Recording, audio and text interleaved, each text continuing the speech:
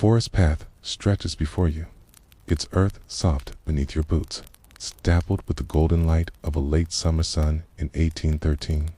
You stand at the edge of what was once your village, a small settlement along the St. Lawrence River in Upper Canada, now a patchwork of charred timbers and quiet hope. The War of 1812 has ended, its battles leaving your home in ashes, but the air carries the scent of pine and wildflowers, a reminder that life persists even in the wake of destruction. You adjust the woolen shawl around your shoulders, its fibers worn but warm, its deep blue woven by your mother's hands before the war came. Your hands, calloused from years of tending crops and mending clothes, clutch a small bundle of belongings, a few tools, a journal, a sprig of dried lavender from a friend in England. The silence is heavy, broken only by the chirping of sparrows and the distant rush of the river. And you feel the weight of returning to a place that is both familiar and forever changed.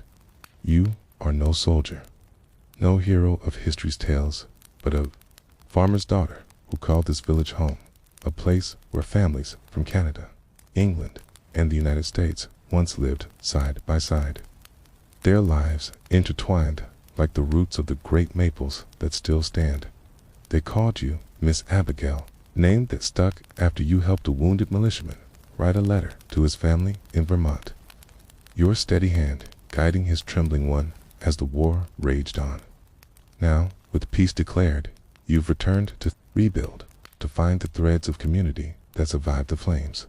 The village, once bustling with the laughter of children and the clatter of carts, is quiet now, its streets reduced to ash-strewn paths, but you sense the stirrings of life beneath the surface. Like seeds waiting for spring, you step forward, your boots crunching on charred wood, and survey the ruins of what was once the village square.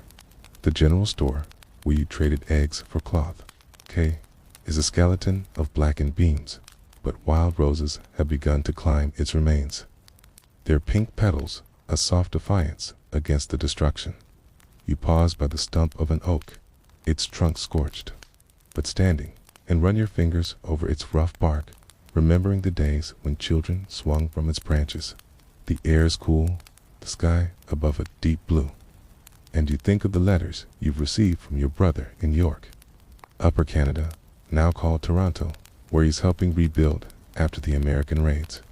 He writes of new homes rising, of neighbors sharing bread and stories of a future taking shape. You think of your cousin in London, England, her letters filled with tales of cobblestone streets and bustling markets, and of a friend in New York who speaks of a city untouched by the war's flames. Their worlds feel far away, yet connected to this moment, this village, where the ashes hold the promise of renewal. You walk toward the river, its waters glinting under the sunlight, a silver ribbon that has carried the village's hopes for generations. The dock, once alive with traders from Montreal and Albany, is gone, but you see a new one taking shape, its timbers fresh and sturdy, built by hands determined to reclaim this place. You pause by the water's edge, the current's gentle murmur a soothing contrast to the memories of cannon fire that once echoed here. You think of the people who made this village home, families who tilled the soil, merchants who bartered goods, children who played in these fields. You think of Mr. Harrow, the blacksmith from Devon. His forge warmed the square with its glow, his laughter as deep as the river itself. He's gone now, moved to Kingston to start anew. But you imagine him hammering iron under a new sky, his hands still shaping the future. Further along the riverbank, you pass the remains of the church, its stone walls standing firm despite the fire that claimed its roof. You step inside, the air cool and heavy with the scent of ash and moss. The pews are gone, but the altar remains, a simple wooden table where you once prayed with your neighbors. You light a candle from your bundle, its flame small but steady, and place it on the altar, a beacon in the quiet. You think of the Sundays spent here, the hymns sung in English and French, The stories shared over tea after services. Tea, you think? Of the militiaman you helped. His name was Thomas, from Vermont, who spoke of his mother's garden and the apple trees he hoped to tend again. You wonder where he is now, whether he's returned to his farm or found a new home across the border. The candles, light flickers, casting shadows that dance like memories. And you whisper a prayer for the village, for its people, for the future you're all building. You leave the church and walk toward the fields where the remnants of your family's farm lie. The barn is gone, its timbers reduced to ash, but the fields are showing signs of life, green shoots pushing through the blackened soil, testament to the land's resilience. Cue your hands brushing the earth and feel a connection to the generations who worked this land before you. You think of your father, who taught you to plant seeds with care, and your mother, whose hands wove the shawl you wear. They're gone now, lost to the war's hardships, but their lessons live in you, in the way you move through this village, in the way you hold onto hope. You think of the community that once thrived here, a mix of settlers from England, loyalists from the United States, and French Canadians whose roots stretched back to Quebec.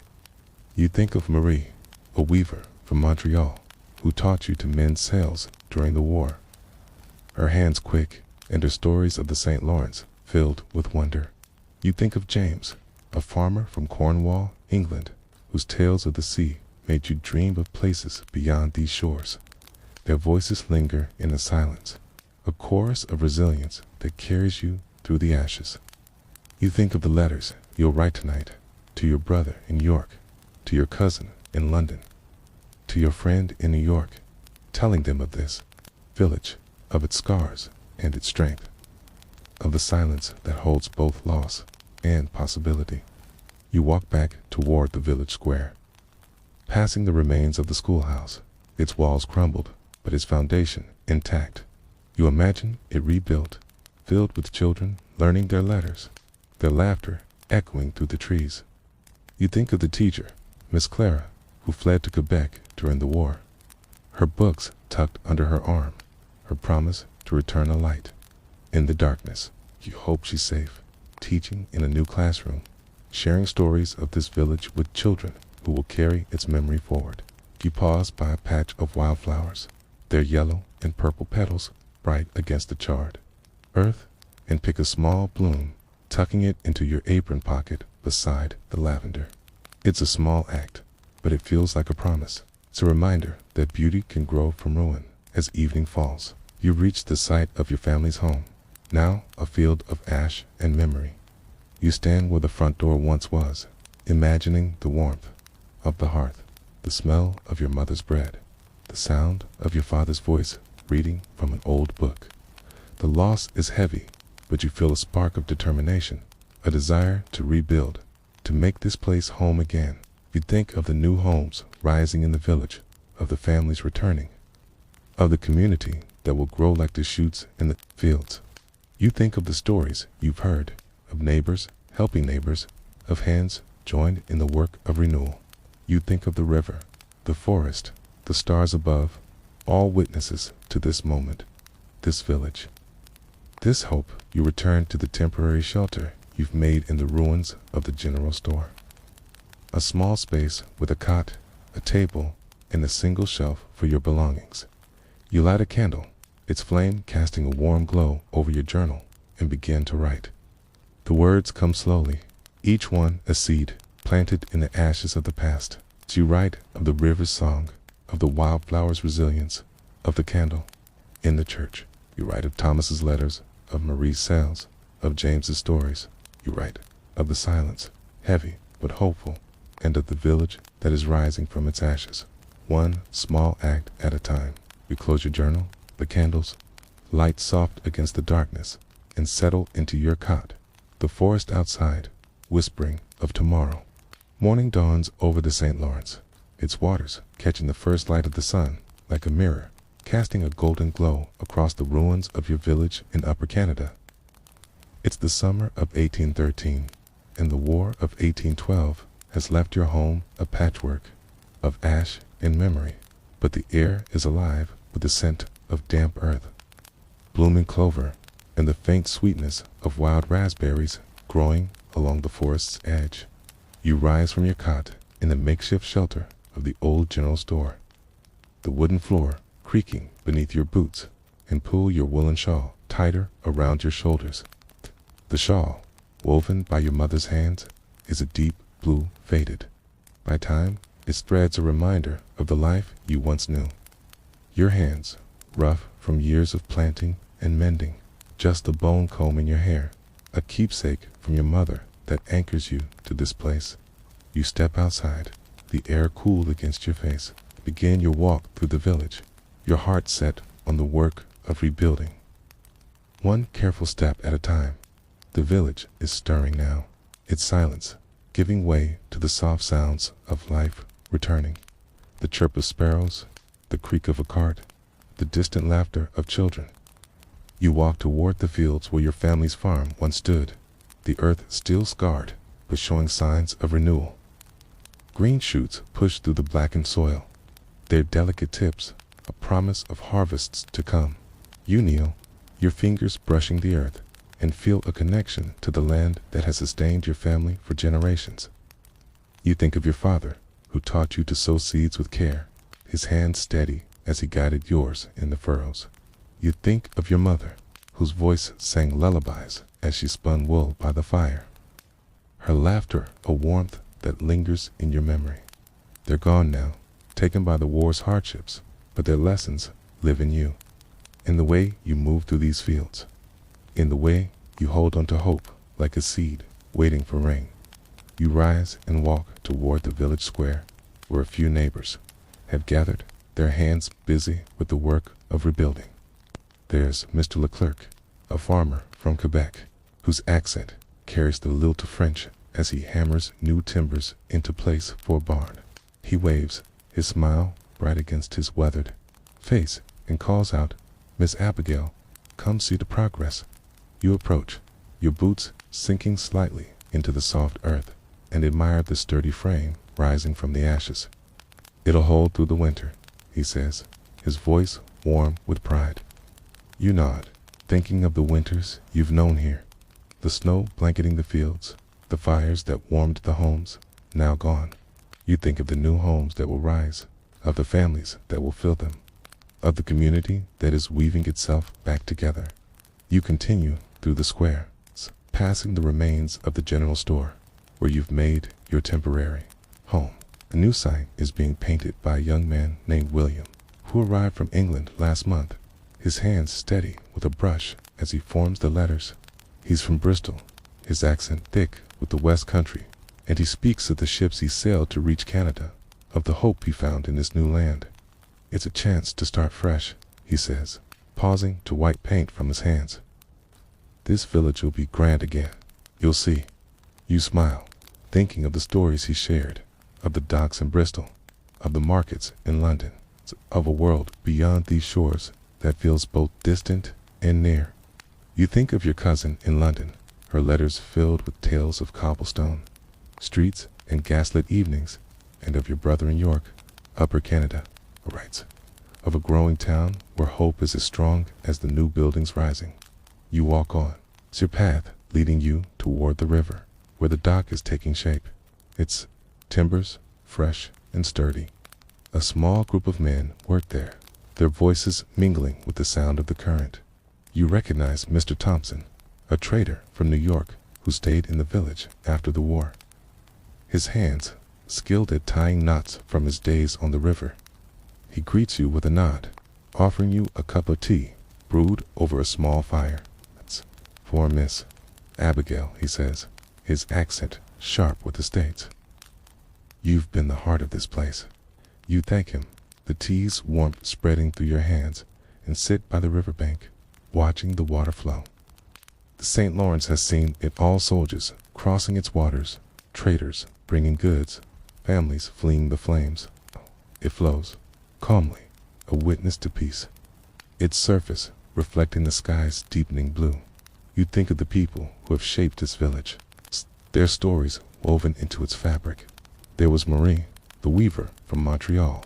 His hands taught you to mend sails during the war. her laughter a balm for weary souls. She's gone to Quebec now, to work in a hospital, but you would imagine her weaving new patterns, her hands as quick as ever.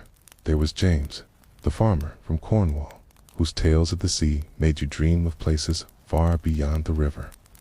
He's moved to Kingston, but you picture him planting new fields, his stories carrying on. And there was Thomas, the militiaman from Vermont, whose letter you helped write, his words filled with longing for his mother's garden. You wonder where he is now, whether he's tending apple trees or starting anew in a distant town. You rise from the riverbank, your shawl slipping slightly as you adjust it, and walk toward the church. Its stone walls, a quiet sentinel in the village's heart. Step inside, the air cool and heavy with the scent of moss and candle wax. The altar is bare, but you light another candle from your bundle, its flame a small beacon in the dimness. You sit in a pew, your hands folded, and think of the Sundays spent here, the hymns sung in English and French, the prayers offered for peace. You think of Miss Clara, the teacher who fled to Quebec, her promise to return a light in the darkness. You imagine her reading to children in a new school, her voice soft with stories of adventure. You think of the community that gathered here, settlers from England, loyalists from the States, French Canadians whose roots run deep. It's all bound by a shared hope for a better tomorrow. You leave the church and walk toward the fields, where more neighbors are working, their hands planting seeds and clearing ash. You join them, your hands sinking into the earth, the soil cool and soft beneath your fingers. You think of your father's lessons, of the way he taught you to trust the land, to know that life would return with time. If you think of your mother's shawl, its threads, a reminder of her love, and of the lavender in your pocket, a gift from a friend in England that carries the scent of home. You work alongside Mr. Leclerc and others, their voices a soft chorus of effort and hope. A young girl, Sophie, runs up to you, her braids bouncing, offers you a handful of wild raspberries, their sweetness, a gift from the forest. For Miss Abigail, she says, her accent a blend of French and English, her smile bright. You thank her, tucking the berries into your apron, and watch her run back to her mother. Their laughter a thread in the village's tapestry. As the sun climbs higher, you walk back toward the square. It's passing the schoolhouse's foundation, where plans for rebuilding are taking shape. You imagine children filling its rooms, their voices echoing with lessons and laughter. You think of the future, of the homes that will rise, of the harvests that will come. You think of the letters you'll write tonight to your brother in York, to your cousin in London, to your friend in New York. You'll tell them of the fields, of the river, of the candle in the church. You'll tell them of Sophie's raspberries, of William's painted sign, of Mr. Thompson's tea. You'll tell them of the village, its scars healing, its heart beating stronger with each new day. You return to your shelter in the general store. It's the air inside, warm with the scent of wood and candle wax. You light your candle, its flame casting a soft glow over your journal, and begin to write. You write of the field's green shoots, of the river's gentle song, of the neighbors who work side by side. You write of Marie's sails, of James's stories, of Thomas's garden. You write of the silence, once heavy with loss, now soft with possibility. You write of the stars just beginning to appear, the same ones that shine over London, York, and New York. A reminder that the world is vast, but bound by shared dreams. You close your journal, the candle's light flickering in the draught, and settle into your cot, the forest outside whispering of renewal. The village is rising, its ashes giving way to life, and you, a farmer's daughter who returned to a burned-down home, are part of its rebirth, one seed at a time. The sun dips low over the St. Lawrence, painting the sky in hues of pink and gold, as if the village itself is exhaling a sigh of relief after the long shadow of war. It's late summer, 1813, and the War of 1812 has left your small settlement. Along the river, a canvas of ash and possibility. But the air hums with the scent of ripening apples, blooming clover, and the faint freshness of pine from the forest beyond. You stand at the edge of the village square, your boots resting on the soft earth where charred timbers once lay. Your woolen shawl, woven by your mother's hands, steep blue, faded, but warm, slipping slightly as a gentle breeze stirs the air. Your hands, rough from years of planting seeds and mending clothes, hold a small bundle of treasures from your walks, a sprig of lavender from a friend in England, a wildflower from a child named Sophie, a smooth river pebble, and a handful of wild raspberries. The village, once silenced by the flames of war, is awakening now, its heartbeat steady in the laughter of neighbors, its creak of new timbers, and the promise of a future you're helping to weave. You step forward, ready to walk these paths one last time, to see the tapestry of tomorrow take shape. The square is no longer empty, but alive with the quiet rhythm of rebuilding. You pass a group of neighbors, hammering planks into place for a new general store, their voices mingling with the chirp of sparrows and the distant rush of the river. Mr. Leclerc, the farmer from Quebec, is there, his hands steady as he drives nails into wood, his French accent warm as he calls out, "Miss Abigail, the store will be open by harvest." You smile, your heart warmed by his determination, and pause to admire the frame rising from the ashes, its timbers fresh and sturdy. You think of the store that once stood here, where you traded eggs for cloth, where Mr. Harrow, the blacksmith from Devon, swapped stories of England's moors over a cup of tea. He's in Kingston now, forging iron for new homes.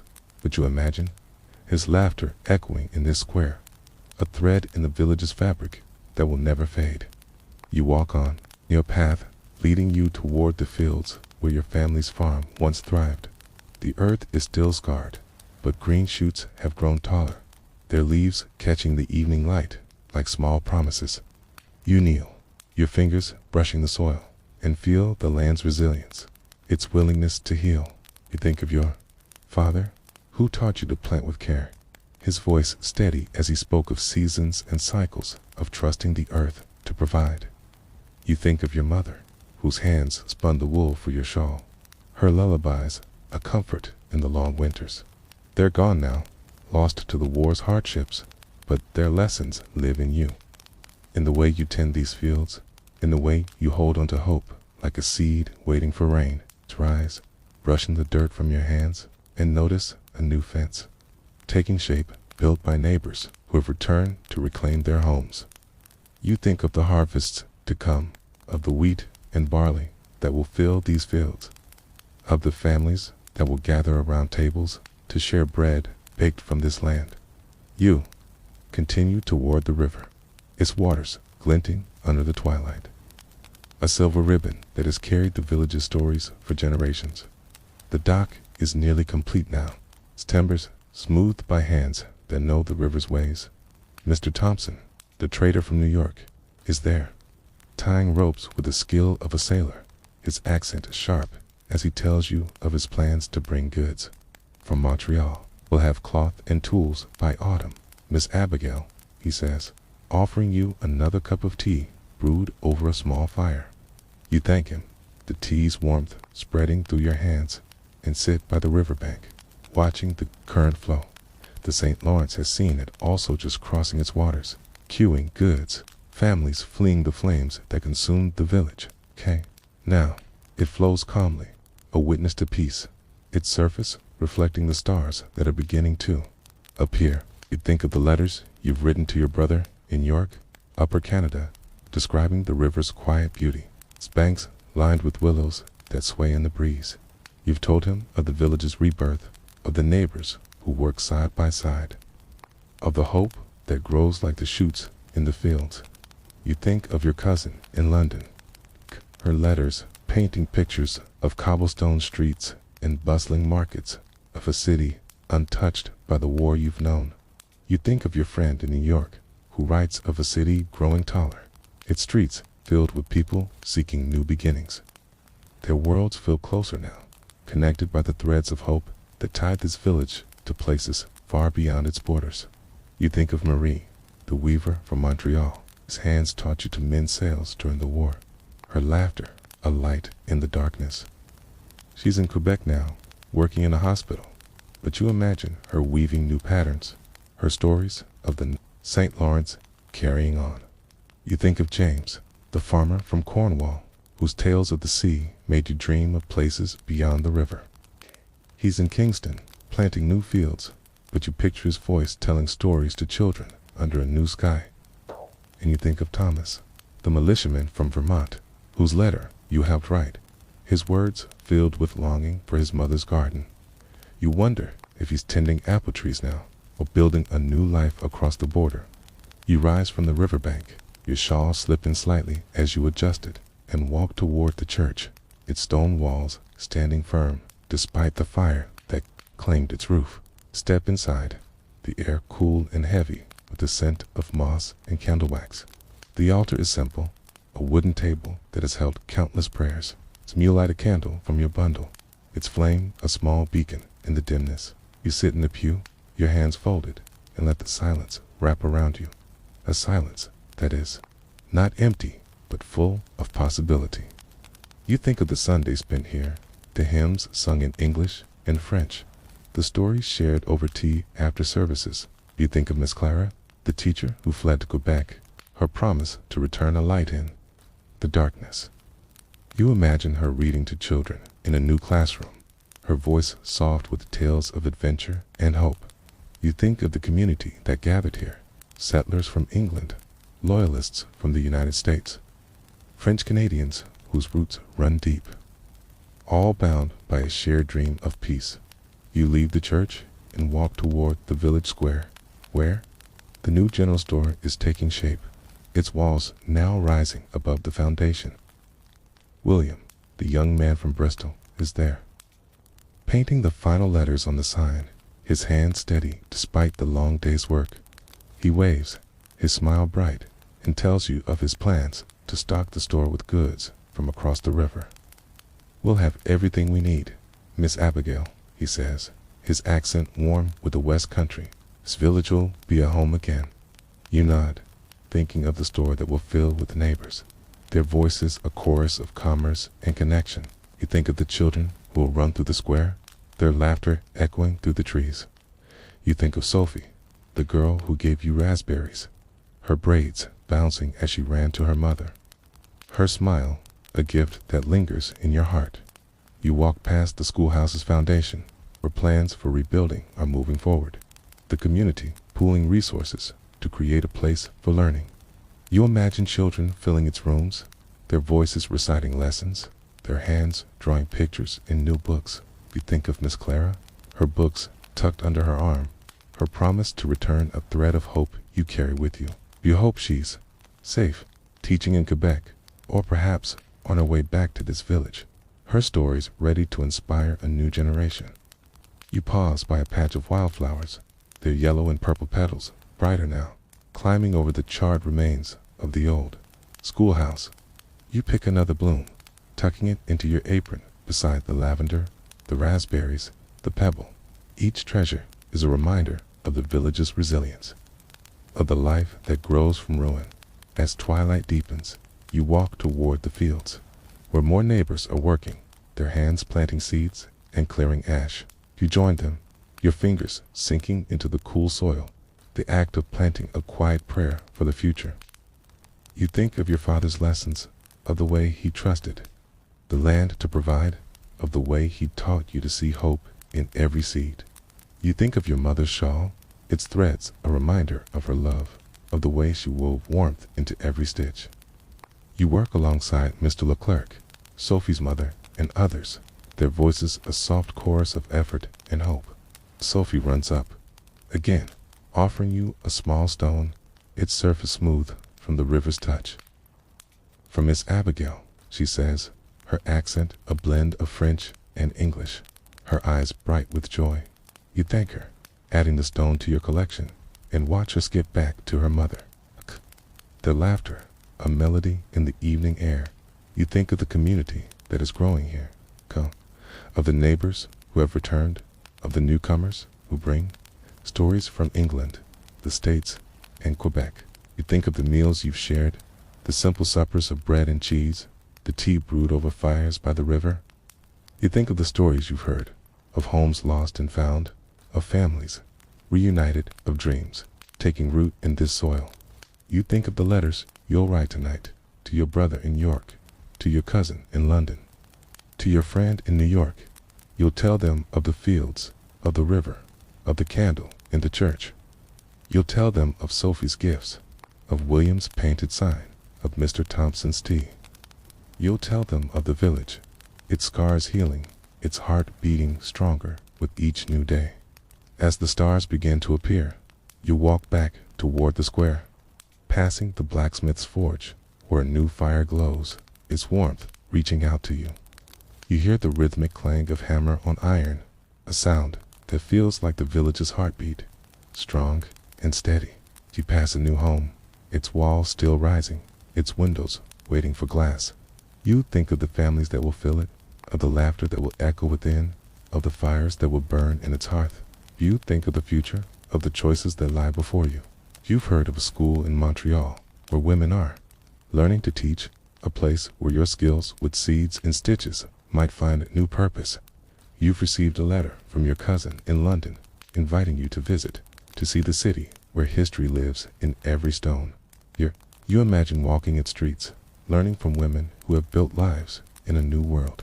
Okay, and you think of staying here in this village, rebuilding your family's farm, planting fields that will feed generations to come.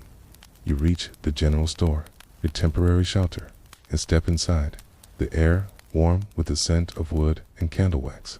You light your candle, its flame casting a soft glow over your journal, and sit at the small table, your hands resting on the worn pages.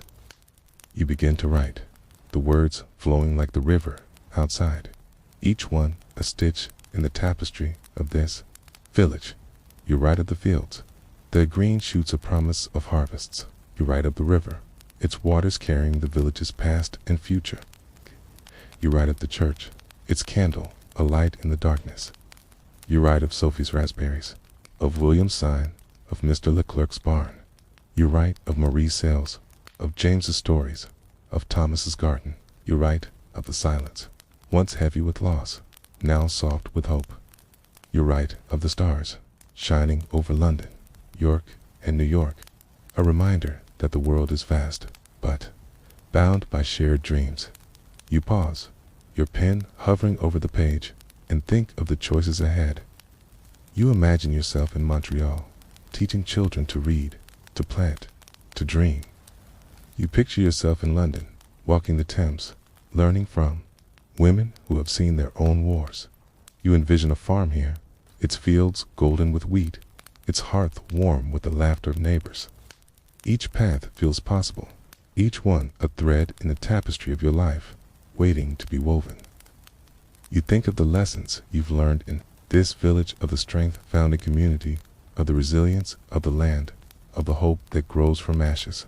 You think of the people who have shaped your father, your mother, Marie, James, Thomas, Sophie, Mr. Leclerc. Their stories are woven into yours, a fabric of care that will endure long after you've left these fields. You close your journal, the candle burning low, its light soft against the darkness. You blow it out, the smoke curling like a promise, and settle into your cot, the forest outside whispering of new beginnings. The village is rising, its ashes giving way to life, and you, a farmer's daughter who returned to a burned-down home, are part of its rebirth. One seed, one stitch, one story at a time. Thank you for joining me on this final walk through the village's healing fields, dear listener, and for sharing in the quiet beauty of a world reborn. If this tale has wrapped you in the warmth of the past, please subscribe to our channel for more bedtime stories to carry you into dreams. May your sleep be as peaceful as the river you've wandered beside, and may you dream of hope and new beginnings.